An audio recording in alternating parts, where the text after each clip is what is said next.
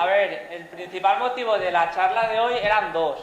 Explicaros un poco cómo podéis preparar la MIM y la CSP de la próxima semana, pero sobre todo es más un tema de salud. Últimamente en las carreras, no sé por qué, pero la gente hace carreras de montaña como si fueran rural-cajas de 5 kilómetros. Se apuntan las medias maratones y ultras, como antes apuntaban a los 5.000, 10.000, 15.000, y se puede hacer 3 en una semana o 3 en un mes, 3 en un mes. Y eso tampoco está bien. Por ejemplo, el otro día en Cortes de Pallars estuve por allí esperando a recoger el trofeo y no puede ser que la gente a partir de las 2 horas y media, 3, lleguen todos o lesionados o con molestias o retirados. O sea, no puede ser que en un principio, ¿por qué corremos? Los objetivos principales por los que la gente corre suelen ser por viajar, algunos se utilizan las carreras como viajes, pues para ver sitios diferentes, por ir con los amigos, por mejorar el rendimiento algunos, por buscar mejores marcas, conseguir objetivos, porque su trabajo lo requiere, ya pueden ser entrenadores, preparadores, etcétera. Hay 1000 motivos, pero sobre todo por salud.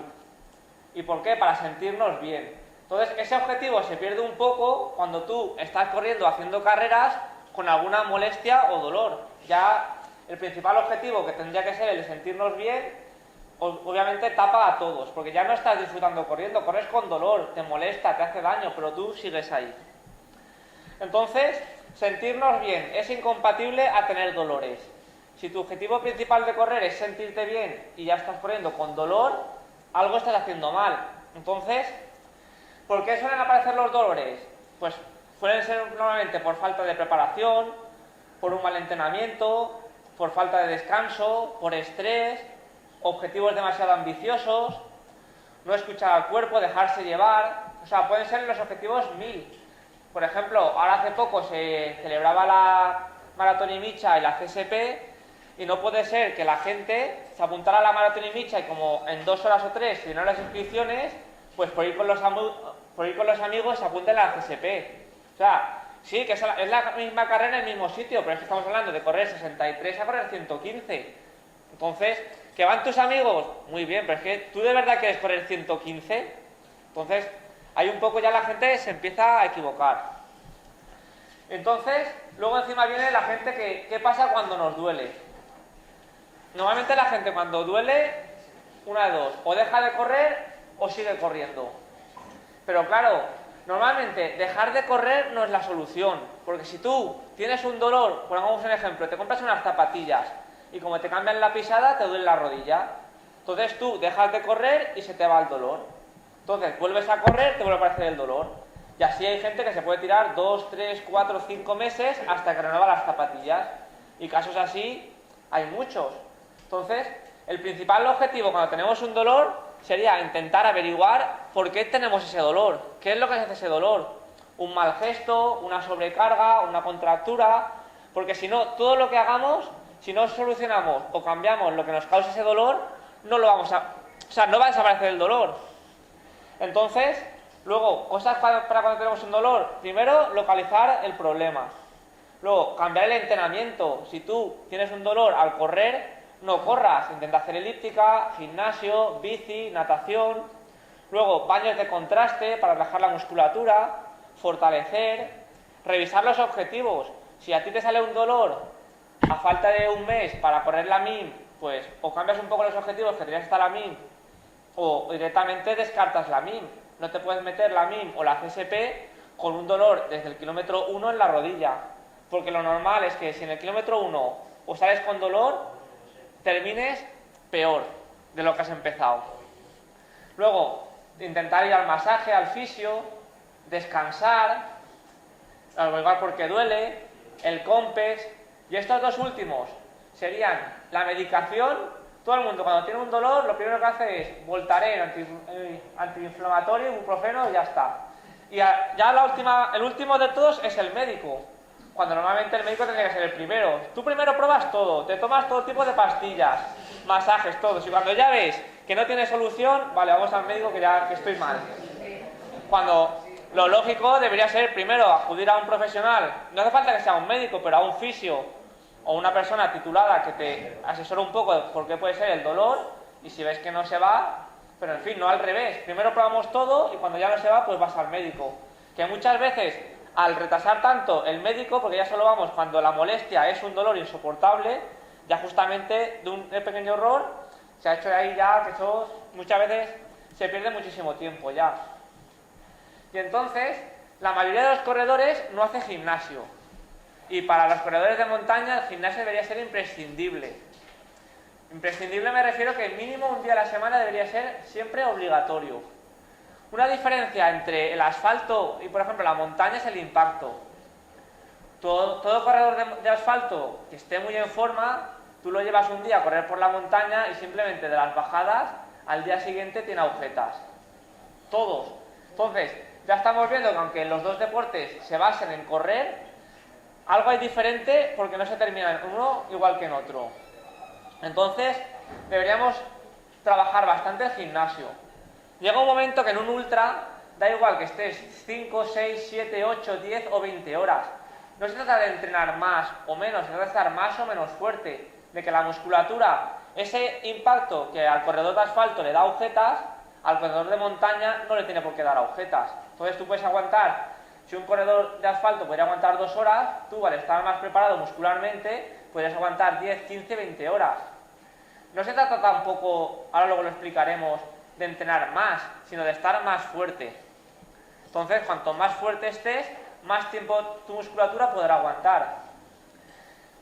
¿Qué deberíamos de trabajar? La fuerza, la coordinación, la propiocepción. ¿Cómo?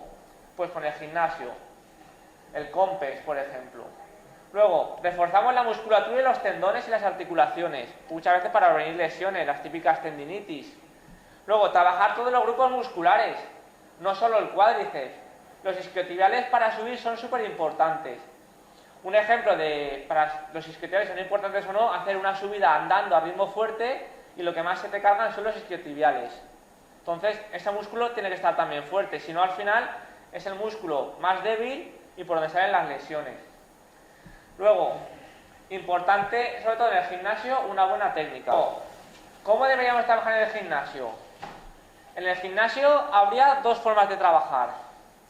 Primero, los que somos iniciados, los que son iniciados que empiezan en el gimnasio y los que ya llevan bastante tiempo entrenando. Entonces, no es lo mismo una persona que empiece el gimnasio que, por ejemplo, yo, Lucas, Quique o Juanito.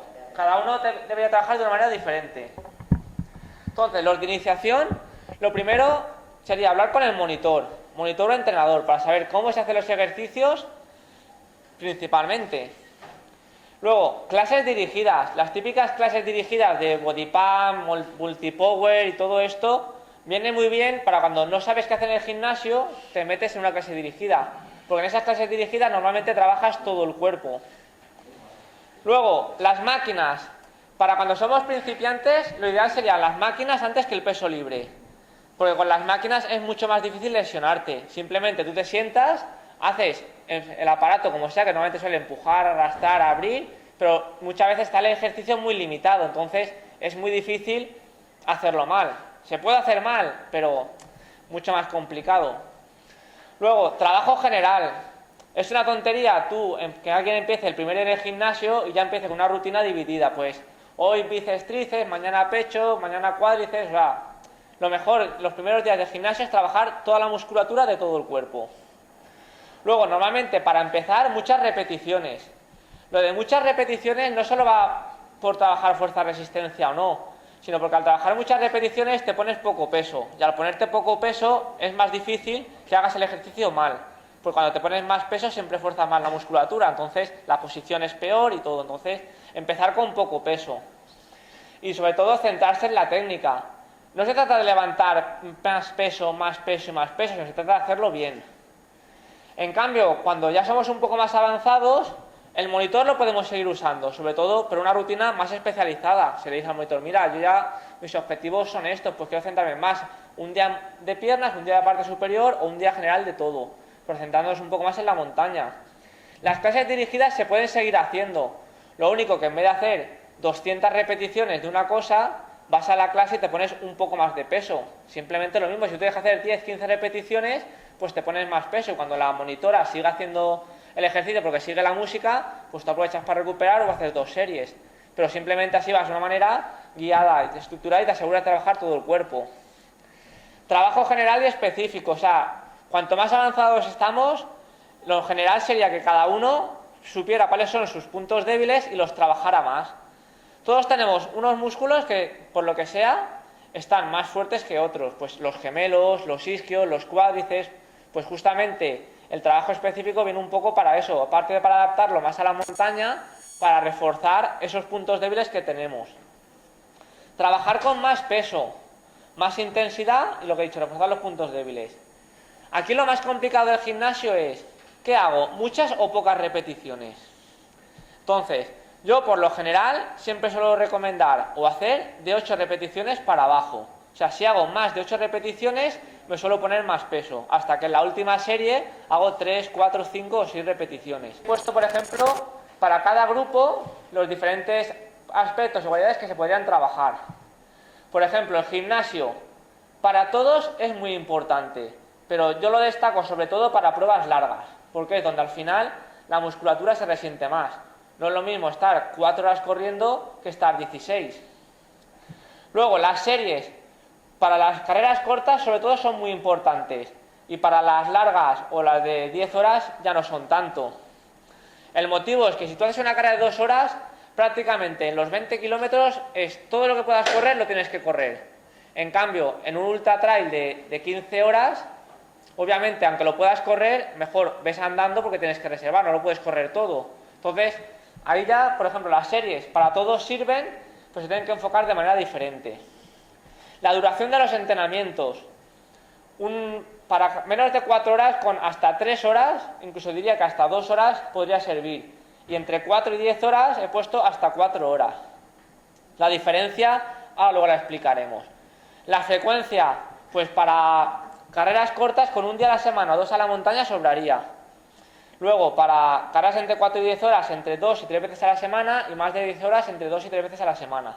Pero en un principio, con salir para lo general, lo que hacemos nosotros, 2 veces a la montaña, sobraría. Y 2 veces a la montaña no me refiero a hacer siempre senda o desnivel, sino me refiero también a muchas salidas por pista, simplemente por terreno ondulado, para trabajar la velocidad y la fuerza en la subida y en la bajada. Y la intensidad, esto es la principal diferencia entre prepararse una media maratón o un ultra. Por ejemplo, para carreras de menos de 4 horas la intensidad tiene que ser alta.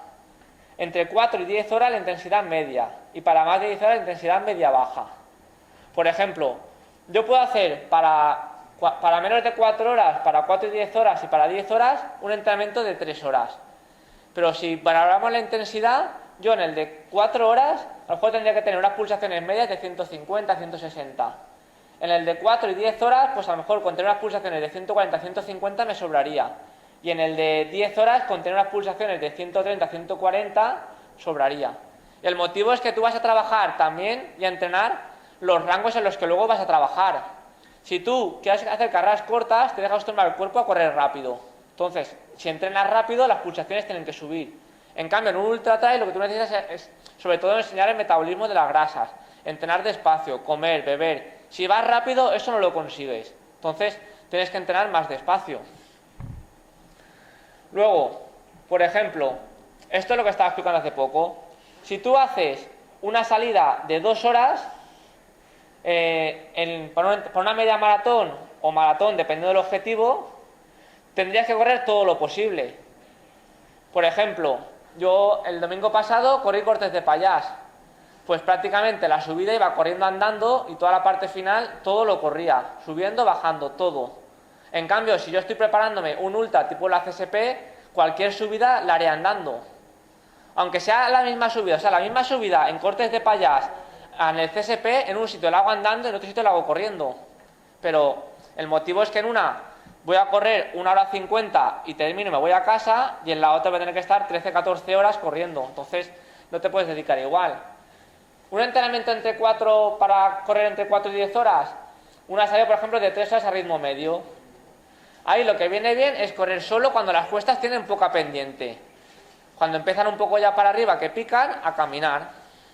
Y el caminar hay que entrenarlo. No es lo mismo andar a 8 que andar a 12 el kilómetro que andar a 6. Eso se tiene que entrenar. Y por ejemplo, los últimos entrenamientos que he estado haciendo con Juanito de cara a la CSP, para 10 horas serían salidas de 4 horas a ritmo lento. ¿Qué tipo de salida es esa? Pues una salida en la que cualquier tipo de subida, sea el porcentaje que sea, se hace andando. Da igual que sea del 2%, del 5% que del 20%. Subida que ves, subida que haces andando. Solo corres en llano o en bajada, que es prácticamente lo que vas a hacer en la CSP, lo que hice por ejemplo en la TDS el año pasado, en el Rincón o en el GR. Todas las subidas se hacen andando. Aunque las puedas correr, pero las haces andando. En todo caso, a partir de los últimos 40, 30 kilómetros, ya sabes cómo vas, lo corres o no. Pero es lógico que si tú empiezas, por ejemplo, la Maratón y Micha o la CSP, las primeras cuestas que no sean muy duras, te apetezca correrlas. Pero ahí lo recomendable es hacerlo andando. Ya tendrás tiempo para correr. Luego, lo mismo, un entrenamiento para correr un kilómetro vertical o una media, la intensidad tiene que ser muy alta. El volumen medio-bajo. Si tú vas a competir durante 2 horas o 3, tampoco hace falta que te metas entrenamientos de 4 horas. En cambio, pues si pasamos al otro extremo, que tú vas a hacer un ultra de 12 horas, sí que es lógico que tú hagas entrenamientos de 3-4 horas. Cuando me refiero a volumen alto, no me refiero a tiradas largas de 6-7 horas, sino lo que más suma aquí es el acumulado. Es decir, para que os hagáis una idea, la semana pasada yo sumé en 8 días de entrenamiento 186 kilómetros de montaña. Sumé 70 del Ultra de Barcelona, 2 salidas de 32, una de 25 y la media maratón de 21. O sea, sumé 186 kilómetros de montaña en 8 días, que subieron creo 23 horas de entrenamiento. Pero yo no me he hecho ninguna tirada de 7 horas, quitando la del Ultra de Barcelona. Entonces, ¿qué pasa? Yo hice Barcelona 70, el miércoles 32, 4 horas, el jueves Alfondeguilla 25, 4 horas, el sábado 32, 4 horas y el domingo la media maratón de Cortes de Payas que gané 2 horas. ¿Qué te quiero decir? Que si tú divides el entrenamiento, lo que puedes hacer es sumar bastante más intensidad que si lo haces todo el tirón. Si yo en vez de hacer 4 tiradas hago lo mismo en 2, es decir, en vez de hacer una de 70, una de 50 y otra de 50, seguramente mi rendimiento y la intensidad no va a ser lo mismo, sobre todo al final. No terminas la semana igual y no recuperas igual. Entonces, lo que viene bien es sumar volumen general. Si tú, por ejemplo, quieres prepararte una carrera larga, lo recomendable sería a lo mejor haces el sábado 3 y el domingo 3 y sumas en el fin de semana 6 horas, pero seguramente sumarás el mismo tiempo, pero sumarás más kilómetros y más intensidad que si haces 6 horas del tirón. Eso es así. Si tú sales un día 3 horas y otro día 3 horas, imagínate que haces 30 y 30, haces 60. Si tú haces un día 60 kilómetros, seguro que vas más rápido haciendo 30 y 30 que haciendo 60. Entonces el entrenamiento y la recuperación es mucho mejor de uno a otro. Luego, la alimentación y la hidratación. Pues por ejemplo, aquí para una carrera de menos de 4 horas es importante, pero tampoco es decisiva. Entre 4 y 10 horas, muy importante dependiendo. O sea, para 4 horas será muy importante y para 10 horas muy importante. Y para más de 10 horas imprescindible. Hace poco hablaba con un compañero y, por ejemplo, no puede ser que en 10 horas de carrera bebas 3 litros. Mal. O sea, mal. Eso ya te baja el rendimiento muchísimo. Para que os hagáis una idea, el otro día en Barcelona tuve la oportunidad de apuntarme al proyecto Summit de Marroca. Me pesaron, o sea, normalmente es un proyecto que te mide la deshidratación y cómo afecta el rendimiento y a la salud los ultras. Entonces, el día de antes te sacan sangre y te miden la deshidratación, muestras de saliva y de todo. El día antes de la carrera lo mismo y además te pesan. Nada más terminar de la carrera y luego al día siguiente. Pues por ejemplo, yo en la carrera bebí 4 litros, estuve 6 horas y aún así perdí 4 kilos. Es decir, en la carrera en 6 horas perdí 8. en 6. Y ahora hace poco, desde que vi la prueba esta, en los entrenamientos me peso antes de salir de casa y al llegar de casa. Y para que os hagáis una idea, estos últimos días que no hacía mucho calor, en los entrenamientos de 4 horas de andar-correr, en 4 horas perdía 6 litros. Lo que pasa es que yo en el entrenamiento bebía 4,5, que era, salía de casa con 1,5 litros, rellenaba los 2 bidones, los volvía a rellenar y llegaba a casa con lo que tenía espacio, bebía 4,5. Más luego medio litro que bebía en el coche, más 300, 400, 500 gramos de fruta, 5,5 litros, más o menos en total. Y llegaba a casa y pesaba medio kilo menos. Es decir, pues había perdido 5,5 que había comido, más el menos que me faltaba. Eso en 4 horas. Si tú multiplicas, que encima es un entrenamiento, que no vas a ritmo fuerte, un ritmo tranquilo, tampoco hacía mucha calor, porque a lo mejor salíamos a las 8 hasta las 12, o hasta la 1. Pero tú imagínate, en la CSP, que vas a ir normalmente a un ritmo más alto, y vas a estar de 11 a 12 hasta las 6, 7 con calor. Estamos hablando que si en 4 horas pierdes 6 litros, en 12 o en 16 horas pierdes 18 o más, dependiendo ya de cada corredor, de si coges noche, de si no coges noche. Entonces, eso es muchísimo. Entonces, muchísima gente al final no corre más porque entrene más o entrene menos. Corres más o corres menos porque tienes líquido o no tienes líquido. Y eso es así de sencillo. Entonces, si tú no bebes, el cuerpo no va. Es como un coche. Por ejemplo, al volver el otro día de Cortes de Pallás, a casa me tocó un coche de una mujer mayor que me tocó hacerme medio camino a 20 km por hora. El coche me empezó a aparecer la luz del aceite del stop. Normal, vas tan despacio que el coche no se refrigera. Entonces, o lo adelantas o paras. Pero si sigues a ese ritmo, el motor se quema. Pues el cuerpo humano es lo mismo. ¿Qué pasa? Que si el cuerpo te avisa, la única manera que tiene de avisarte es decir, ves más despacio, porque como sigas igual, te vas a pegar un recalentón que te vas de aquí en helicóptero. Pues eso es así. Entonces, muchas veces la gente dice, no, yo es que a las 6, 7 horas me duelen los pies, estoy cansado. Pero habría que saber si estás cansado por el mal entrenamiento o por la deshidratación. Porque el cuerpo no se te va a encender la luz, te falta agua. Directamente te va a decir, pues a 4:30 no vas a ir a 7. Ya está. ¿No me das agua? Pues tú no corres rápido. Y así de sencillo, funciona así. ¿Tú no tienes energía? Pues tú no corres rápido. Pues así. Luego, y la alimentación. ¿Cuál es la diferencia, por ejemplo? ¿Por qué pongo que la alimentación? Por ejemplo, el otro día, en Cortes de Pallás, a mí me decían, es que no has comido nada. Para que os hagáis una idea, en el hígado se pueden guardar más o menos 100 gramos de glucosa o hidratos. Bueno, de glucosa o glucógeno. Y en los músculos puedes guardar de 600, 800, 1000. De 200 a 400 gramos de glucógeno. 1 gramo de glucógeno son 4 kilocalorías. Es decir, tú en el cuerpo, en el hígado, que normalmente son las reservas para el cerebro, tienes ahí 400 calorías. Y luego en los músculos, de 200 a 400. Según el nivel de entrenamiento, si he hecho la carga, no. O sea, tienes 1600 calorías ahí de reserva. En los músculos. El único problema es que tú, esas calorías las tienes en todos los músculos. Pero tú solo puedes gastar, o sea, el cuerpo, tú puedes tener los brazos llenos de glucógeno, que si lo que los dices en las piernas, ese glucógeno no cuenta. Porque no se pasa de un sitio a otro. Si tú tienes glucógeno en las piernas, gastas el de las piernas. Y cuando el de las piernas se gasta, da igual que el de los brazos lo tengas al 100%, que esto no es un traspaso. Toma, te lo doy a ti que yo no lo necesito. Entonces, ¿qué pasa? Si tú, por ejemplo, tienes en una carrera, por ejemplo, una media maratón, yo creo que me 1500 calorías, pues si tienes 200 gramos en el músculo de las piernas y 100 en el hígado, son 300.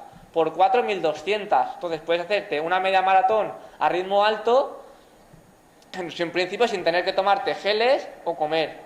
Pero eso para una persona o para mí, que a lo mejor estoy 1 hora 50, 2. Si tú ya estás 2 horas y media o 3, automáticamente tienes que comer.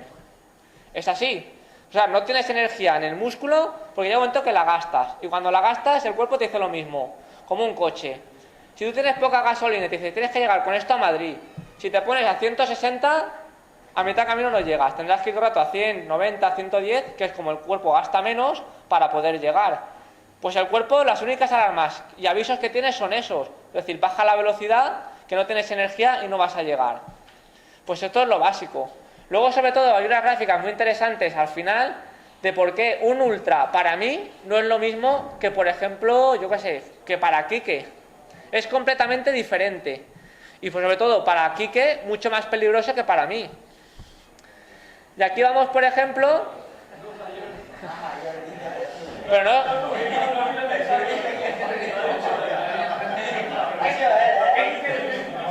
Y bueno, y ahora vamos a ver cómo afrontar lo de las diferentes carreras de la MIM y la CSP.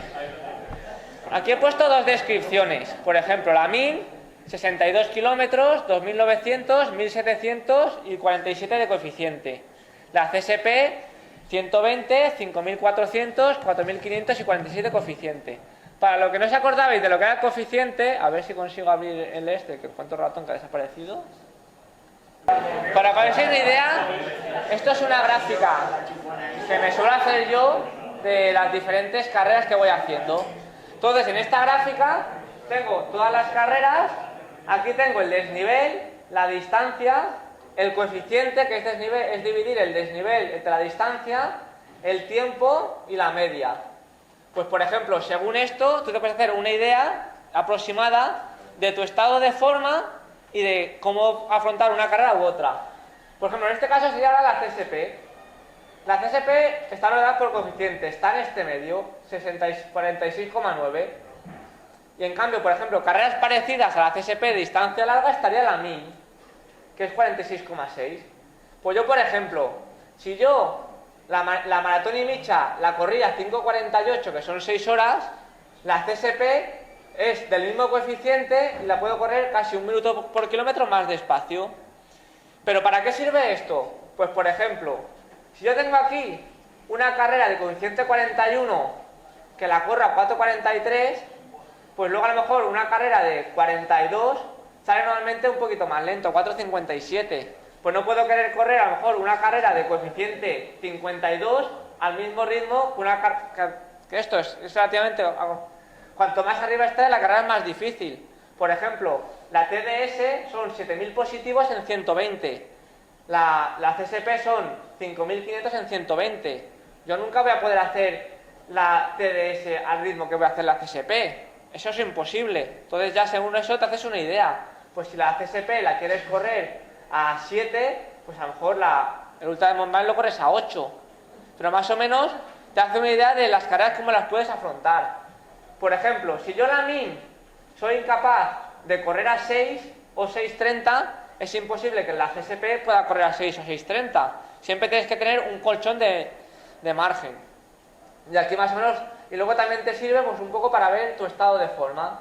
Si yo, por ejemplo, corrí el Mamova a 5,15, pues luego tengo carreras a lo mejor de la misma intensidad como Sot de Chela el año pasado a 4,55. Pues aquí está un poquito mejor. Y normalmente todas las carreras, si son parecidas, suelen estar siempre en los mismos rangos de tiempo y de ritmo. Y ahora seguimos con la presentación. A ver. Entonces, y aquí hablamos ahora sobre lo que hablaba antes de los depósitos de glucógeno.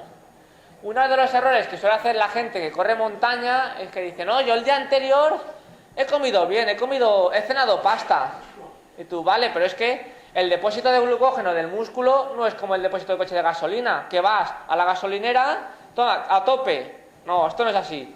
Si tú, por ejemplo, te metes un porcentaje X de carbohidratos, solo un porcentaje se va a los depósitos de glucógeno del músculo. Otro lo gastas y otro se acumula como grasa.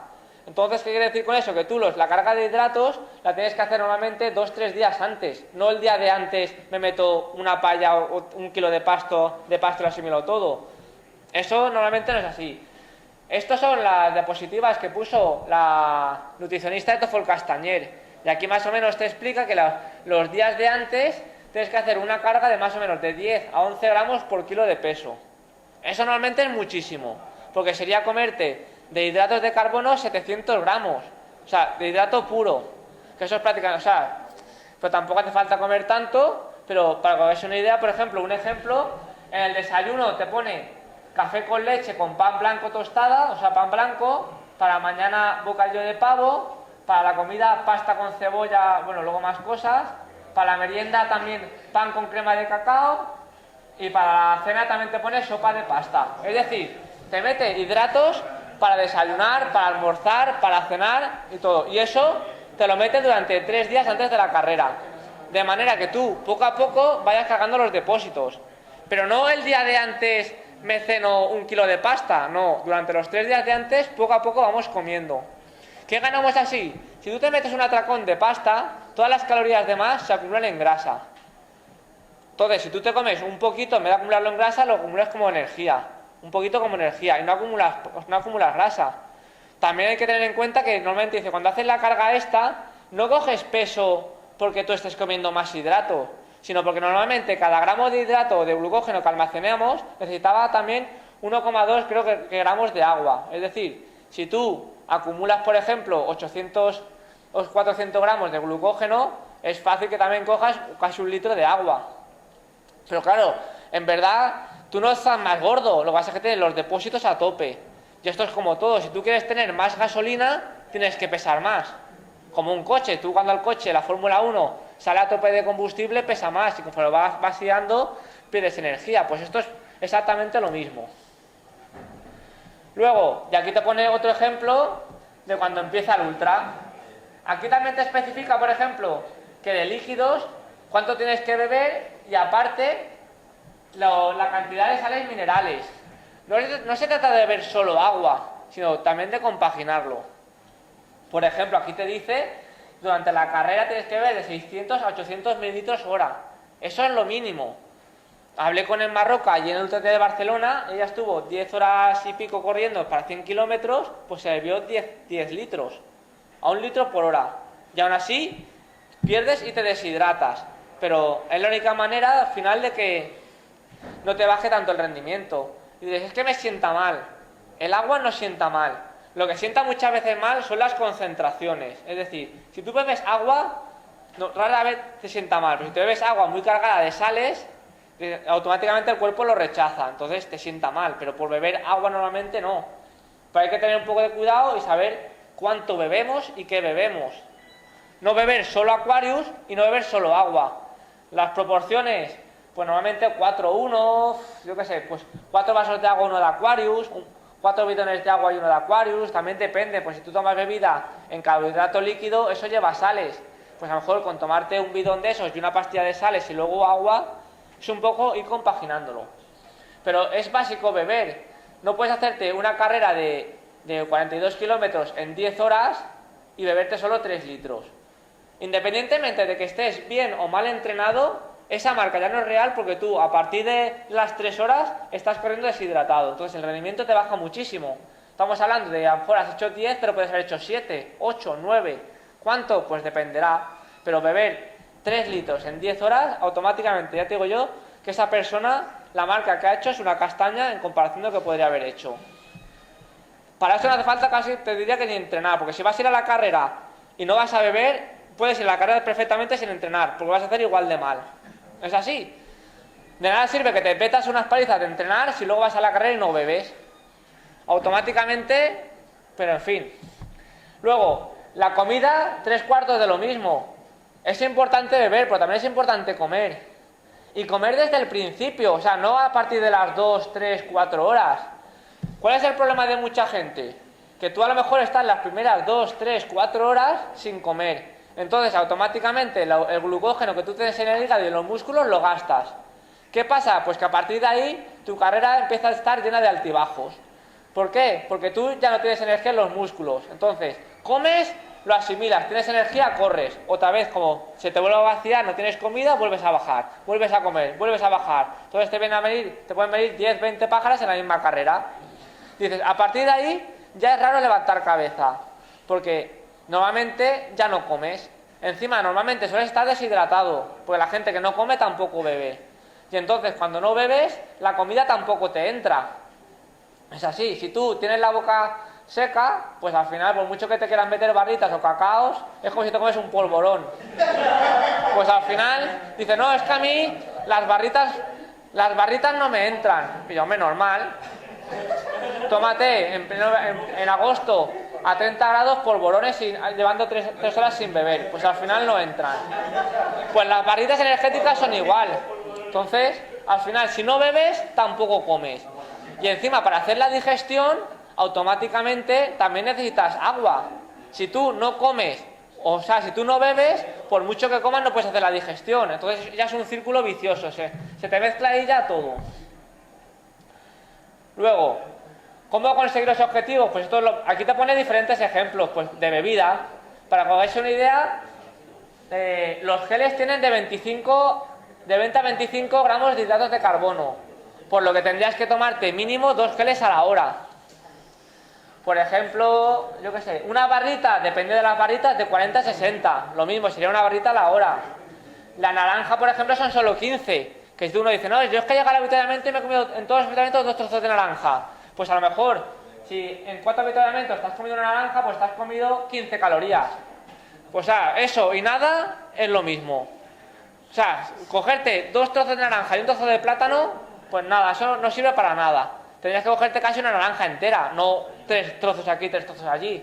Porque al final lo que haces es ir acumulando un déficit de calorías, hasta que al final el cuerpo se vacía y ya no vas. Luego el sándwich de Nutella, que eso encima está bueno, tiene 42. Eso apetece. Pero el sándwich estamos con lo mismo. Si tú estás bien hidratado, el sándwich apetece. Si tú estás deshidratado, el pan Bimbo se te hace una bola que eso no hay quien lo trague. Por muy bueno que esté la nocilla y el... Pero no es un problema de que te entre o no te entre la nocilla, es un problema de hidratación o deshidratación. La nocilla está buena, un sándwich ahora te lo comes si te apetece, pues te lo comes cuando estás deshidratado con la boca seca, no sirve para nada. Bueno, y aquí tenéis pues muchos más ejemplos. Y entonces, aquí viene una de las dudas. ¿Qué usamos? ¿Un bidón o un Camelback? Os voy a explicar, por ejemplo, diferentes ventajas e inconvenientes. Las ventajas de los bidones, la rapidez, que sabes en todo momento cuánta agua te queda y que puedes llevar, si llevas 2 bidones, diferentes productos. En el Camelback, la comodidad y que tienes las manos libres. En cambio, los inconvenientes, que los bidones pueden resultar incómodos y que necesitas tener las manos libres para beber. Aunque ahora si llevas los bidones del tubito, puedes beber sin ellos, porque los bidones suelen ser un poco incómodos cuando llevas bastones, llevas muchas cosas, pues al final tratas de salir un poco de jaleo, pero al final bebes. Y el Camelback, el principal problema del Camelback es que tú no sabes cuánta agua te queda. Si no sabes cuánta agua te queda, puede ser, luego lo veremos en el pronóstico sobre todo de la CSP. En el pronóstico de la CSP veremos por qué es importante llevar Camelback o los portabidones. Entonces, también el Camelback requiere más tiempo para poder llenar un nuevo avituallamiento, sobre todo, por ejemplo, yo me acuerdo en la TDS que lleva hasta la mochila llena, entonces quitar el Camelback y ponerlos un follón porque tienes que sacar la ropa, volverla a poner, cambio, los bidones los quitas y los pones y ni te enteras. Y que normalmente en el Camelback solo puedes llevar un producto, o llevas agua o llevas isotónica, cuando en bidones si llevas 2 puedes llevar uno y uno. Entonces, sugerencias. Un buen truco suele ser, por ejemplo, saber en cuántos tragos tú te bebes o un Camelback o un bidón. Por ejemplo, eso es sencillo, pero tú más o menos te coges un bidón y te lo bebes. Yo, por ejemplo, yo sé que un bidón en 13 tragos me lo bebo. Entonces, por ejemplo, yo sé que si hago una carrera a lo mejor de 13 kilómetros, si bebo un trago cada kilómetro, normalmente te lo bebes. Otra forma, normalmente un trago suele ser 50 mililitros. 2 tragos, por ejemplo, 200. Entonces tú sabes que un bidón de 700 en 14 tragos te lo bebes, más o menos. También va a ser, depende si los haces profundos o no. Pero sobre todo para el Camelback. Lo que pasa es que eso al final es un poco jaleo, pero más o menos si tienes un Camelback, si te quieres dosificar o distribuir el agua, sabes cuánto te queda. Luego, beber cada vez que te pite el kilómetro. Es decir, una buena forma de tú obligarte a beber y que no se te olvide el beber es cada vez que te pite el autolab, tú beber un trago, automáticamente. Un trago son más o menos 50 mililitros de agua. Pues te aseguras que cada 5 minutos o 10 bebas 50. Y a los 20 minutos, pues seguro habrás bebido 100, 150. Entonces te aseguras estar bebiendo durante toda la carrera de manera regular. Entonces la deshidratación es fácil de que llegue. Y luego llevar carbohidratos líquidos es una muy buena opción para, además de que te hidratas, alimentarte. Entonces, ahí tenéis varios consejos. Luego, ¿qué podemos comer? ¿Barritas o geles? Frutos secos, fruta o productos naturales. La ventaja de las barritas o de los geles es que son fáciles de transportar. Tienes variedad de sabores, de formas, de texturas y todo. Y que aportan bastante energía. En cambio, los frutos secos aportan bastantes vitaminas, antioxidantes, sales, son de fácil digestión, hidratan. Un plátano, un trozo de fruta, un trozo, eso hidrata, además de que comes, son de fácil digestión y sientan bien. En cambio, los inconvenientes, las barritas a veces no entran, pero suele ser más un problema de deshidratación que de la barrita en sí. Los geles, si están muy concentrados, pueden sentar mal. Entonces, una opción para tomarte los geles es, cuando llegas al avituallamiento en el bidón, disolver el gel. Entonces, si tú de un avituallamiento a otro te vas a beber un bidón y en el bidón has puesto un gel, te aseguras que ese gel te lo vas a beber de manera progresiva. Entonces es más difícil que te siente mal que si llegas al avituallamiento, te metes el gel de golpe y bebes un trago. Luego, y el exceso de productos estimulantes. No puedes estar solo en una carrera a base de geles de cafeína, de taurina, porque al final llega un momento que el exceso de cafeína produce deshidratación, diarreas, problemas intestinales. Entonces al final no compréis las cosas por comprarlas. Mirad qué estáis tomando. Si tú te estás tomando hidratos de carbono que llevan, yo qué sé, pues taurina, guaraná, y en un ultra tomas 13 pilones de guaraná, pues al final dices, no, es que este producto me sienta mal. Hombre, normal que no te sienta mal el producto, pero hay que ver un poco las especificaciones del producto. No puedes tomarte, si son cafeína, 5 gramos o 10 gramos de cafeína en una carrera. Al final eso sienta mal. Los frutos secos, los inconvenientes y las frutas que son difíciles de transportar. Si tú transportas un plátano en la mochila, llega un momento cuando quieres abrir el plátano, como haga calor, eso ya se ha hecho papilla, no te lo puedes comer. Una manzana aún dura un poco, pero hay frutas que no puedes llevar en la mochila. Los frutos secos, normalmente, los frutos secos puedes hacerte paquetitos, pero también cuando tú te haces los paquetes, no será la primera vez que te haces un paquete de frutos secos, tiras a abrirte todos los frutos secos por toda la mochila. En fin, pero sientan bien, pero lo mismo, los frutos secos sientan bien cuando estás hidratado. Si no estás hidratado, los frutos secos se hacen bola y al final eso no lo tragas. Y lo mismo. Sugerencias, pues por ejemplo, disolver los geles en agua, planificarse sobre todo la alimentación, cuándo voy a comer, cuándo voy a beber, cómo voy a comer, cómo voy a beber. Y en los avituallamientos aprovechar para comer productos naturales y durante el resto del trayecto los productos más sintéticos que podamos llevar. De todas maneras, no es lo mismo la planificación de una carrera para una persona de 5 horas que para una de 13. Y aquí, por ejemplo, tenemos ahora el perfil de la MIN. Yo, por ejemplo, el perfil de la MIN lo he dividido en 7 etapas, más o menos para que os hagáis una idea de cómo podría ser. Hasta el 14, hasta el 25, hasta el 34, hasta el 44, hasta el 53, hasta el 59 y hasta el 63. Estos dos los pongo con asterisco porque a mitad tienes 2 avituallamientos solo de agua, que serían estos. Todos estos son avituallamientos. Pues yo he dividido la etapa en 7. Pero por no hacer etapas pequeñitas, pues estas etapas son de lo mismo. Pero simplemente tú sabes que en esta etapa de 10 kilómetros, en el kilómetro 6 tendrás agua. Y en esta, antes de llegar aquí lo mismo, pues tendrás, a lo mejor en el 6 te vuelves a tener agua. Entonces, pero solo de agua. Entonces, eso viene bien planificarlo. ¿Por qué lo pongo así? Pues porque, por ejemplo, a ver si puedo abrir ahora. Aquí he puesto, por ejemplo, 3 tipos de planificaciones para que veáis que no es lo mismo una carrera para hacer 7 que para hacer 9 que para hacer 12. ¿Por qué? Por ejemplo, una persona que hace 7, estos serían los tiempos de paso.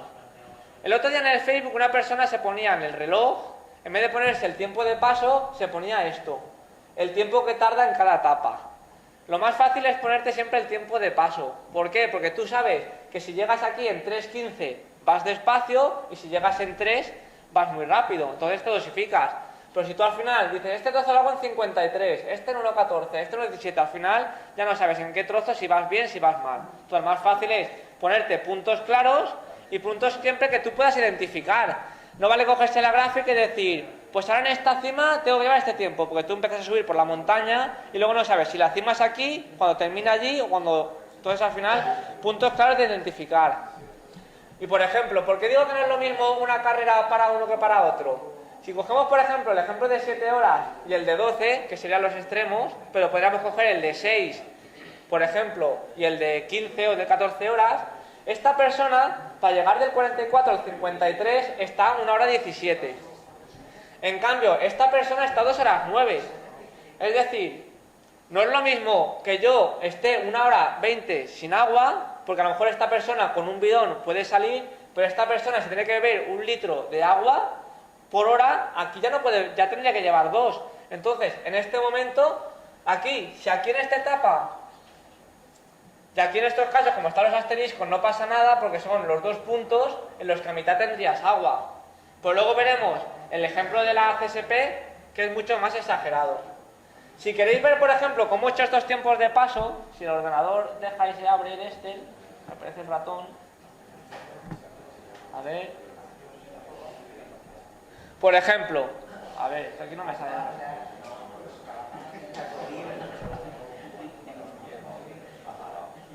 Es que no sé dónde. Bueno, lo explico así, por ejemplo.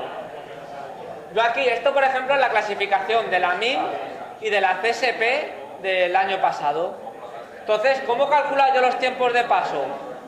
Pues por ejemplo, aquí tenemos, esta es la de la CSP.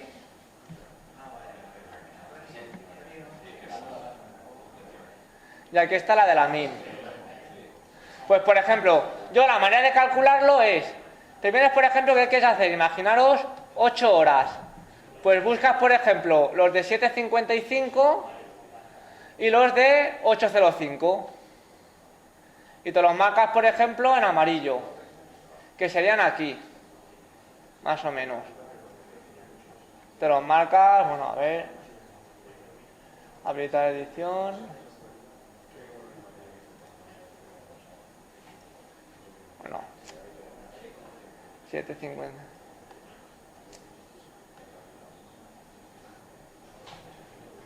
Te marcas todos estos. Y ahí tienes más o menos los que hacen 5 minutos por arriba y 5 minutos por abajo. Luego vienes aquí, que sería la suma de todo. Y por ejemplo, si tú coges aquí, ya la pones... Aquí no sé si lo saldrá, a ver, igual. Suma, paréntesis. Bueno, aquí creo que no salía, creo que había que ir 1 a 1, porque lo probé el otro día, era... Sumabas 1, 2, 3, 4, 5...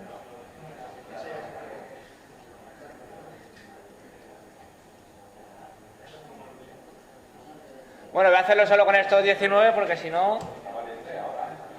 Aquí le ponías el formato de celda, pero tienes que poner el formato de celda, el personalizado o el de hora, pero el que suma las horas a partir de 24, el de 37.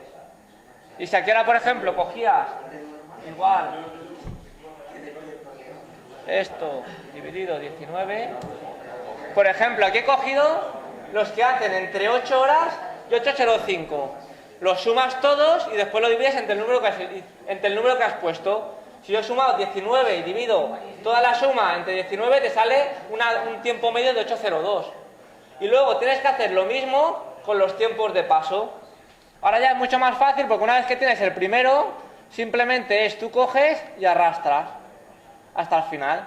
Entonces tú, por ejemplo, ya tienes aquí automáticamente 8.02, que sería 1.28 el primer paso, 2.35 el segundo, 3.38, 5.07, 6.36, 7.41. Y con eso te aseguras que vas a hacer 8.02. Tienes más o menos unos tiempos de paso reales de gente que ha corrido la MIM por arriba y por abajo. Y esto lo podéis hacer con la marca que queráis. Cogéis tiempos por arriba y tiempos por abajo. Si luego queréis calcularos, por ejemplo, cómo se hace para saber cuánto vais a tardar de un avituallamiento a otro, la operación es igual de sencilla. Tendrías que coger y sumar este tiempo, por ejemplo, 2.35 sería, a ver, sería 2.35 menos la etapa anterior. y te sale 1 hora 06. Pues ahí sabes que en este avituallamiento, de aquí a aquí, vas a tardar 1 hora 06, que es el tiempo. Entonces tú calculas que en esa hora te tienes que mejor 1 litro, pues me bebo un bidón de 750 y 2 tragos de lo otro. Entonces, si esto te lo haces con todos, tú tienes unos tiempos de paso reales y orientativos, porque si tú te los coges de un solo corredor, estás dependiendo de si ese corredor ha petado, no ha petado, ha ido de más a menos, de menos a más, pero así tienes una media orientativa, de una regular, y encima los tiempos de paso te salen equilibrados. Pero vamos, este ejemplo aquí se ve claro, pero ahora luego cuando lo veamos con la CSP se verá mucho más claro. A ver. ¿Dónde está? Y estos serían los de la MIM. Luego, por ejemplo, de la MIM tampoco hace falta explicar muchísimo porque si está esta descripción por el terreno, entonces esto básicamente lo bajáis de internet y te explica automáticamente cada tramo, la distancia que tiene, el desnivel de ascenso, el de descenso, la distancia que tienes subiendo, la distancia que tienes bajando, los trozos de pista, de senda, de asfalto. Entonces tú ya sabes cada tramo automáticamente qué tipo de tramo vas a encontrarte. Pero más importante que es esto es saber lo que he dicho antes, saber cuánto tiempo tardarías de un avituallamiento a otro. Si volvemos atrás, por ejemplo, estas personas, pues aquí pues mira, aquí me tomo 1 litro, pero aquí tienes que tomar 1,5 litros. No es lo mismo. Si yo voy a hacer en la MIM 6 horas, pues con llevar un bidón de 750 me sobra. En cambio, si voy a hacer 12 horas, tendría que llevar 2 bidones de 750. Obviamente el doble de peso. Pero ahora vamos aquí se ve muchísimo más claro, que sería la CSP. Por ejemplo, aquí lo hemos dividido prácticamente igual que el otro. En 12 tramos, 11-12 tramos. De 14 lo mismo, pues. 14 kilómetros la primera etapa, la segunda, la tercera, esta de 10, esta y lo mismo. Todo dividido por etapas. Pero si pasamos a la siguiente, aquí podemos observar que he puesto en naranja oscura lo oscuro, o sea, los kilómetros más largos. Si os fijáis, yo más o menos quiero intentar hacer 13 horas, 13 y pico. Pero yo, por ejemplo, la distancia más larga, sin poder beber o tener avituallamientos, van a ser 1 hora 38. Pero en cambio, la gente que hace 22 horas, hay un momento, por ejemplo, aquí que se tira 3 horas 13 sin avituallamientos. Entonces, ahí llega un momento que eso te mata, porque tú vas con 1 litro, aquí ya estás acumulando. Pero es que mira cuántas veces son de 2 horas, que si tú dices, siguiente avituallamientos, etcétera. Entonces, eso es un problema. No es lo mismo plantearte esta carrera que esta. Completamente diferente. Porque yo aquí, con 1,5 litros, voy a asegurarme el 100% o el 90% de la hidratación. Pero esta persona que va a estar 3 horas 13 no va a tener agua en ese momento. ¿A qué hora 40? ¿A qué hora 54? 2 horas. Lo de los asteriscos es que tienes a mitad un punto de avituallamiento. Pero tú imagínate, en este trozo de aquí, del kilómetro 61 al 72, que normalmente el que hace 22 horas suele ser las 5 de la tarde, se tienen que tirar de 4 a 7 de la tarde prácticamente sin un punto de avituallamiento intermedio. Pues eso al final se hace largo y se paga. Entonces, lo más fácil, por ejemplo, yo ahora que tengo analizada la MIM, pues yo aquí tengo, por ejemplo, mis tiempos de paso. Entonces yo más o menos sé que para mí el momento más crítico de agua va a ser del kilómetro 61 al 72. Pero básicamente yo me aseguro que cada 1 hora y cuarto, más o menos, como mucho, voy a tener un punto de avituallamiento. Entonces puedo salir perfectamente con un bidón de 750 o 1,5, que es 1 litro, litro y poco, beberme de avituallamiento y te asegura la hidratación bien. Entonces yo no voy a tener problemas de hidratación si bebo. Pero en cambio las personas que van a hacer 22 horas, la carrera se la tienen que planificar directamente diferente. Salir con 1 litro de agua para una persona que va a hacer 22 horas es una locura. No puedes tirarte, por ejemplo, 3 horas con 1 litro de agua. Entonces, y luego la alimentación, no es lo mismo hacer 13 que hacer 22. La alimentación también la tienes que cambiar. No puedes. Es imposible, si tú en un ultra quemas 10.000 calorías, comerte 10.000 calorías. Eso es imposible, porque al final el cuerpo ya, el estómago y todo se satura. ¿Qué pasa? Que normalmente la gente de 22 horas en un principio va más despacio, pero también aprovecha más el metabolismo de las grasas. La gente que va más rápido, normalmente el metabolismo de la grasa lo asimila menos, aunque ya en una carrera de 13 se asimila bastante, pero los recursos energéticos para una persona que hace 13 y una que hace 22 son completamente diferentes. Entonces la alimentación y la hidratación tienen que ser completamente diferentes. Y luego, por ejemplo, analizando el perfil, aquí yo, por ejemplo, de la CSP he puesto los puntos más críticos. ¿Cuáles serían?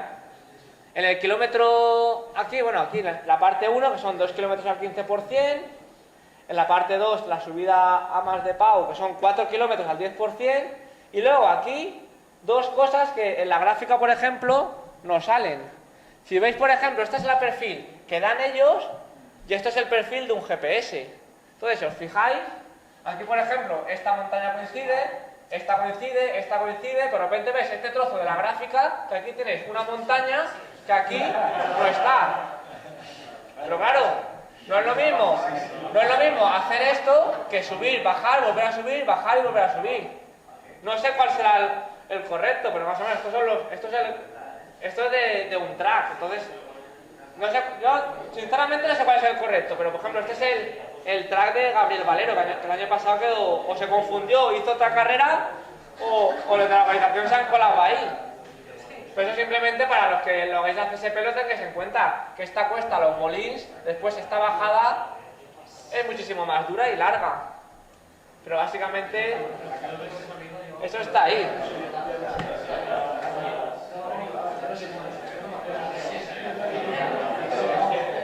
Y luego, por ejemplo, aquí ya, dividiéndolo todo, en la zona 3, que da la subida, hay 1 kilómetro al 20%, en la zona 4 hay 2 kilómetros al 25%, y del 5 y el 6, pues por ejemplo, esta subida son eso, 2 kilómetros y medio al 15, de aquí, este trozo de aquí, son 15 kilómetros al 6%, que no es mucho, pero es al final machaca. ¿Cómo afrontar, por ejemplo, esta subida? Pues lo único que esa subida, como ya son a partir del kilómetro 80, correr a andar.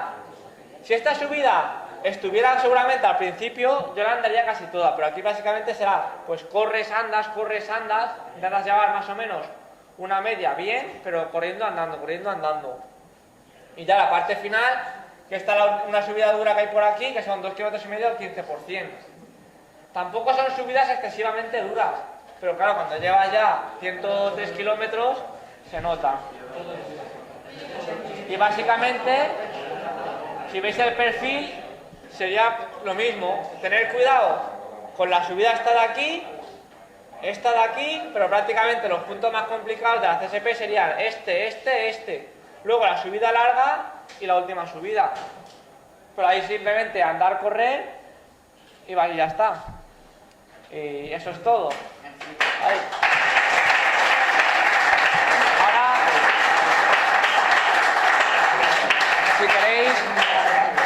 si queréis preguntar cualquier cosa, dudas de qué comer, qué beber, cómo entrenar. Sí.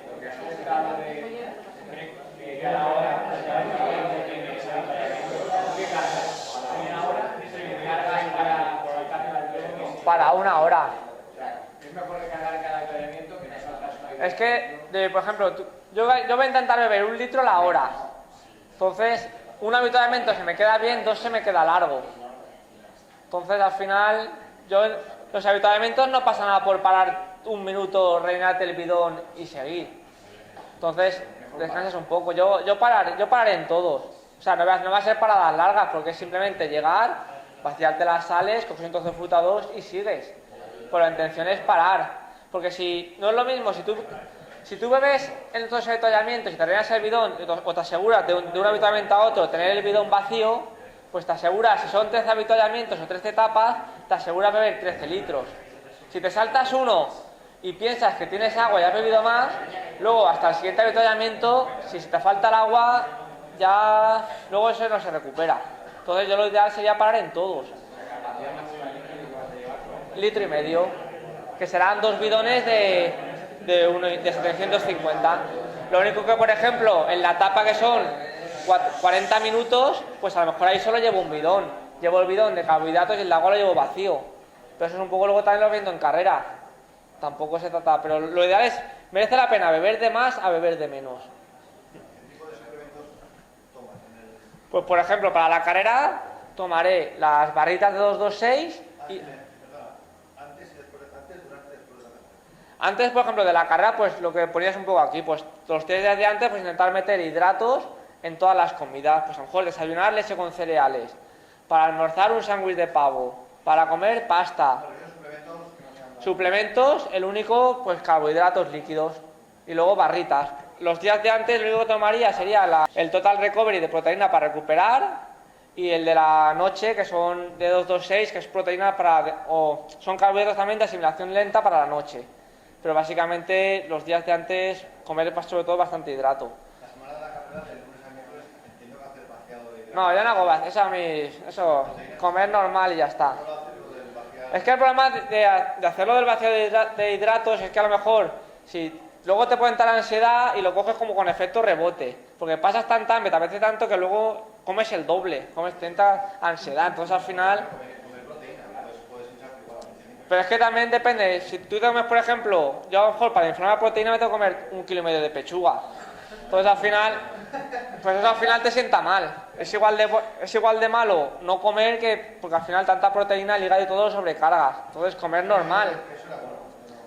Sí, dicen que es bueno, que la rellena es mejor, pero al final es que luego también hay estudios que si te crea ansiedad, problemas al final es contraproducente.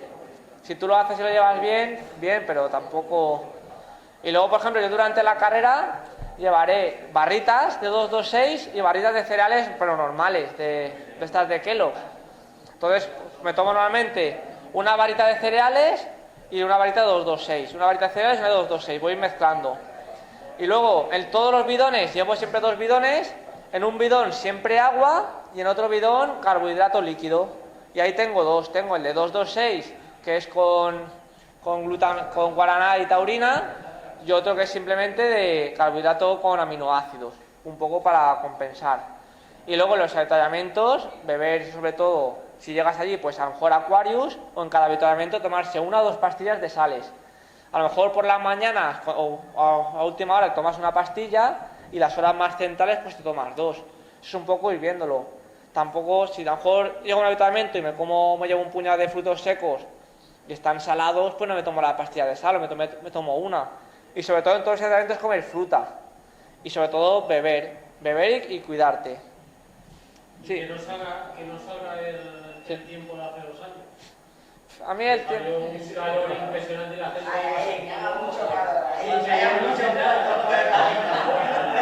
Ahí.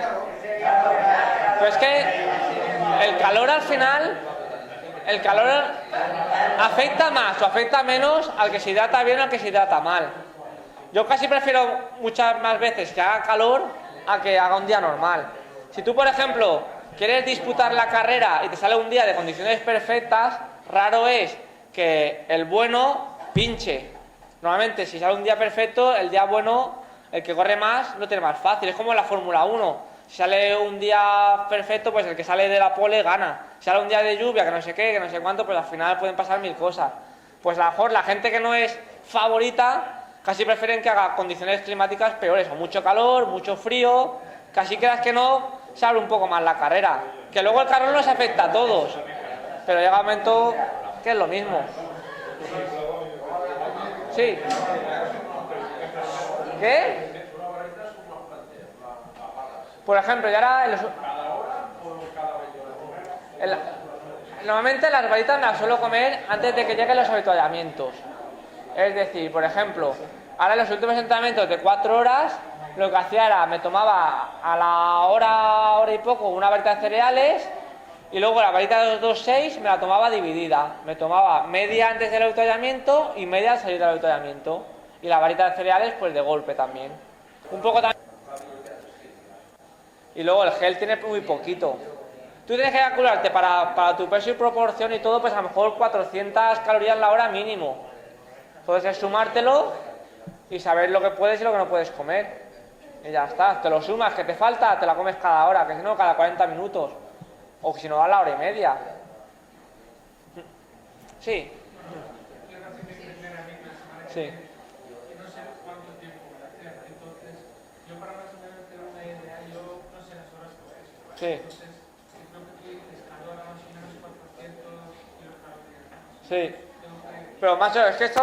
Ahí es otro problema. Tú no puedes presentarte a una carrera de 60 kilómetros sin saber cuándo vas a llegar.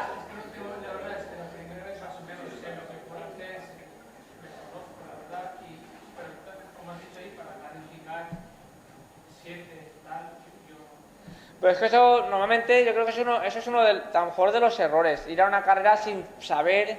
Tú tendrías que haber hecho, por ejemplo, entrenamientos tipo test, tipo... Por ejemplo, yo el otro día, los entrenamientos que hacíamos de 32 kilómetros, le dije a Juanito, ya verás, Juanito, como que andando todo lo andable, o sea, todo lo andable hasta las cuestas fáciles y corriendo solo en llano o en bajada, te sale una media de 8 el kilómetro. Y una media de 8 kilómetros para hacer 16 horas en la CSP. El primer día hicimos una media de 8.05. El segundo día una media de 7.30.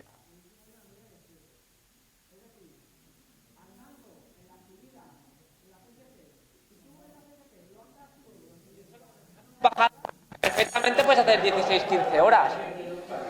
16-15. Y también depende cómo andes. Y la maratón y micha, pues lo mismo. Lo suyo sería tener alguna carrera como referencia, alguna maratón o alguna media maratón. ¿No has hecho ninguna? ¿Cuál? Espera, ¿cuál has hecho? Estuve lleva mucho tiempo, tobillos jodidos, con la palabra. Pero por ejemplo, hice la escala con la referencia en 6,5, pero hice 24 kilómetros como que llego. Entonces. Claro, es que ahí. Claro. Pues. Claro, es que eso estuvo mucho tiempo lesionado. Claro, es que ahí es difícil saber cuánto tiempo puedes hacer, pero a lo mejor estando bien, ¿cuánto hubieras hecho en espada?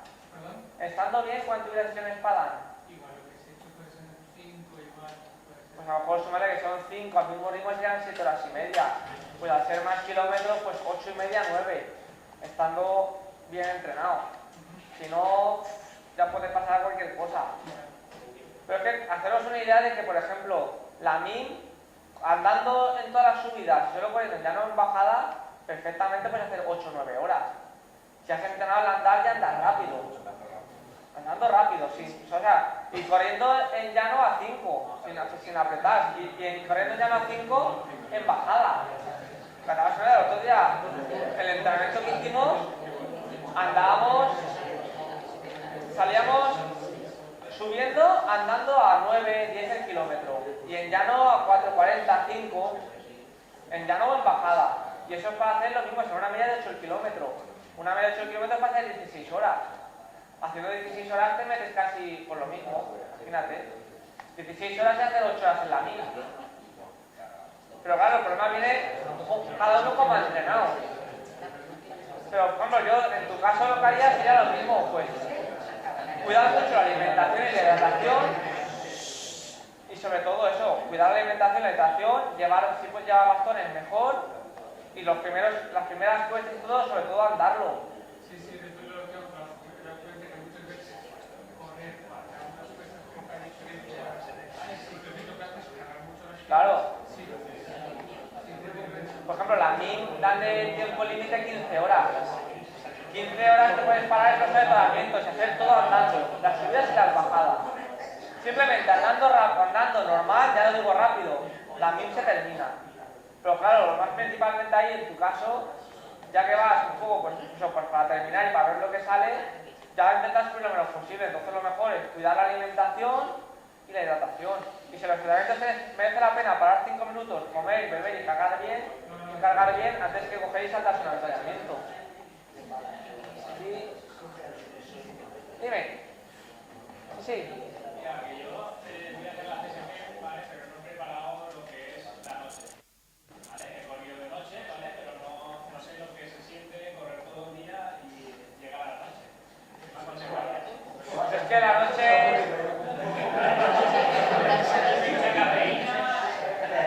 En un principio, si tú ya estás activado, la noche noche la llegas bien. El principal problema de la noche suele ser el frío. Que la gente, por no perder tiempo, no se abriga, pero los fríos... En el 73 hay un avituallamiento que te va a dejar ropa, ¿no? Para poderte cambiar. Claro, yo por ejemplo, yo en tu caso, yo a lo mejor para el 73 simplemente voy a dejar un paquete con 4 geles y 2 barritas. Pero en tu caso, por ejemplo, yo ahí dejaría ropa de abrigo. Y lo suyo, correrla por la noche cómodo, ir cómodo, por no pasar frío. Porque cuando pasa el frío, el cuerpo para calentarse y mantener la temperatura gasta muchísimas más calorías. Encima se te junta la fatiga, se te junta el cansancio, que no ves bien. Luego llevar un frontal bueno. Que va solo. Luego, normalmente piden un frontal. Pero si yo llevar frontal, incluso no estaría de mal llevar un frontal pequeñito o una linterna pequeñita de recambio. Porque si el problema es, cuando tú tienes un frontal, esto la gente no lo piensa, pero si tú estás en la montaña y el frontal se te queda sin pilas, aunque tengan las pilas, cambiar el frontal, las pilas a oscuras, es complicado. Porque tú, una vez que le quitas las pilas por la noche, aunque tengas las pilas de repuesto, ya no sabes en si la estás poniendo en la posición que toca, en la que no. Encima estás de noche, que no ves nada. Gíralo, pon la pila. Entonces, parece una tontería, pero lo suyo sería, y sobre todo, pues eso, tomártelo con calma. Porque si no estás acostumbrado a correr por la noche, claro.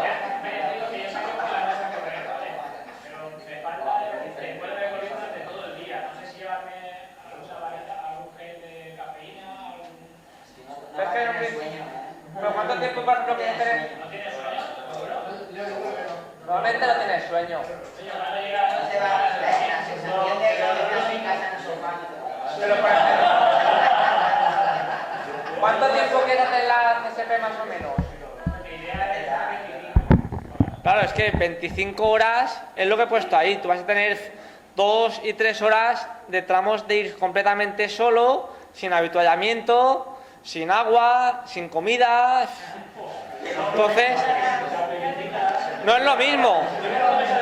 Si tú, por ejemplo, el último trozo de habituallamiento, que lo ponía ahí, por ejemplo, este de aquí, Tiene un margen de 3 al campo de la mano. por ejemplo, este trozo de aquí, la parte final, ahí, si son 25 horas, pues ahí aquí ya está casi amaneciendo, pero este trozo de aquí, ahí imagínate, sobre todo este trozo de 2 horas, el de 1, el de 1:32, además estamos hablando que estás para hacer 6 kilómetros, 1 hora 12, entonces eso es prácticamente andar en subiendo y bajando. Entonces ahí lo más principal es ir abrigado para no coger frío y llevar comida y bebida. Y ya está, y vas andando, comiendo y poco más. Y pasarlo. Intentarlo tampoco no pararse mucho, porque esos momentos, sobre todo con el frío, si llega un momento que si te paras, ya te enfrías, luego arrancas. No pensártelo mucho. Seguir, comer y beber. Y ya está.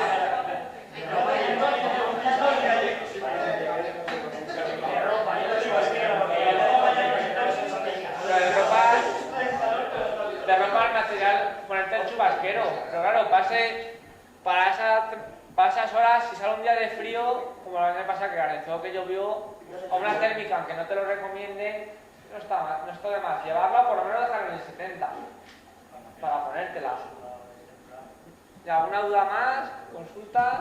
Lo que comentabas antes del perfil de la CSP, no lo ha hecho, pero en amarillo te daba 115 y el de abajo te daba 119. No, pero sale, el de abajo da 109 porque al pasar los tracks El abajo del año pasado ha salido un kilómetro. No, son 118. Eso sí, lo que pasa es que el perfil de abajo, cuando tú pasas cualquier ruta al Google Earth, el Google Earth siempre te mide, depende de la distancia, 5, 6, 7, 8 kilómetros de menos. Pero el perfil y todo es lo mismo. Pero lo que pasa es que, claro, te mide 108, pero son 118. Eso lo tengo más que comprobado.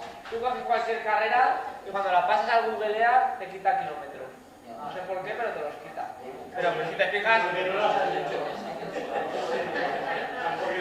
Claro. No, era sobre lo del Google Earth, de que a la hora de sacar los coeficientes, por ejemplo, de que